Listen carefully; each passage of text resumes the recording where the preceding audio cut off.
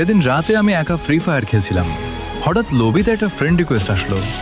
আইডিটার নাম দেখে চিনতে পারলাম না, ভাবলাম হয়তো কোনো র্যান্ডম প্লেয়ার, তাই অ্যাকসেপ্ট করে দিলাম। ম্যাচে ঢোকার পর লোকটা মাইকে বলল, তুই আমাকে চিনিস না তাই না? আমি বললাম, না ভাই।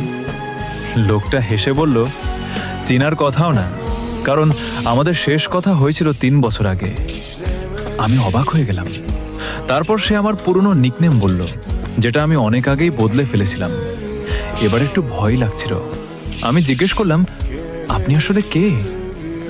লোকটা বলল, একসময় আমরা প্রতিদিন একসাথে খেলতাম, কিন্তু একদিন তুই হঠাৎ গেম ছেড়ে দিয়েছিলি, তারপর আর দেখা হয়নি।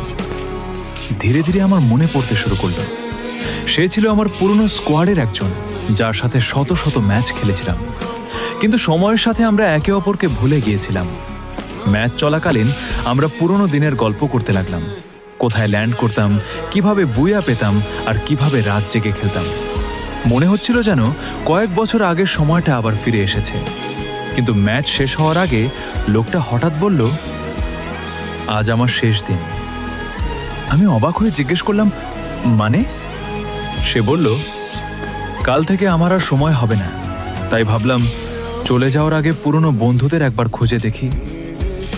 ম্যাচ শেষ হলো।